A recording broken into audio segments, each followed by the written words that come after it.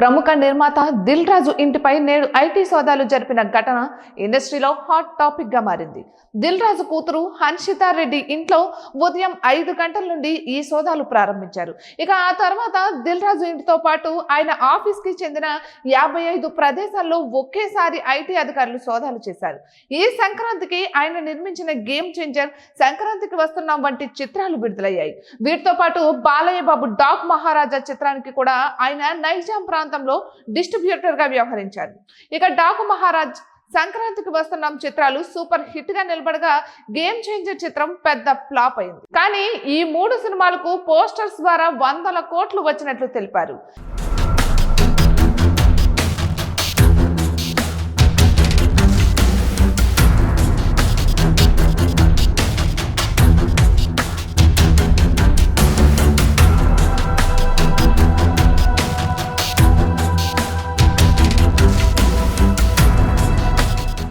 ఇక ముఖ్యంగా game changer చిత్రానికి మొదటి రోజే 186 కోట్ల రూపాయల గ్రాస్ వసూళ్లు వచ్చినట్లు పోస్టర్ ని విడుదల చేశారు.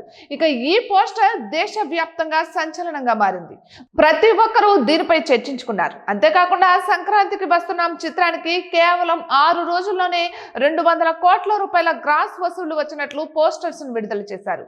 ఇవన్నీ వైరల్ అవ్వడం వల్లే ఆయనపై నేడు ఇలా ఐటీ దాడులు జరిగాయని తెలుస్తోంది. అయితే దిల్ రాజు ట్యాక్సులు కట్టే విషయంలో చాలా ఖచ్చితంగా ఉండే మనిషి. తెలంగాణ ప్రభుత్వం ఆయన్ని నమ్మి ఫిల్మ్ డెవలప్మెంట్ కార్పొరేషన్ కి చైర్మన్ ని చేసిందంటే చిన్న విషయం కాదు. చేసే ముందు వాళ్ళు బ్యాక్గ్రౌండ్ మొత్తం పరిశీలించే చేస్తారు. కాబట్టి Dil Raju IT సోదాల్లో clean chit తో బయటపడతారని ఆయన్ని అభిమానించే వాళ్ళు చెబుతున్నారు. ఇక సుమారుగా 400 కోట్ల రూపాయల లెక్కలపై సోదాలు నిర్వహించినట్లు తెలుస్తోంది. చూడాలి మరి ఈ సోదాల తర్వాత ఐటీ అధికారులు ఏమని చెప్తారో. 450 కోట్ల రూపాయల బడ్జెట్ తో ఆయన నిర్మించిన గేమ్ చేంజర్ చిత్రం డిజాస్టర్ ఫ్లాప్ గా నిలబడగా 20 కోట్ల రూపాయల బడ్జెట్ తో నిర్మించిన సంక్రాంతికి వస్తున్నాం చిత్రం భారీ బ్లాక్ బస్టర్ గా నిలిచి కళ్ళు చెదిరే వసూళ్లను రాబడుతున్నాయి.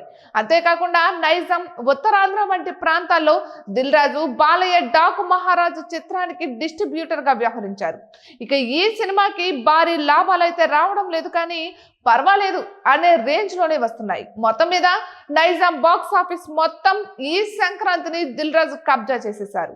అందుకే ఐటీ అధికారులు సోదాలు నిర్వహిస్తున్నట్లు తెలుస్తోంది.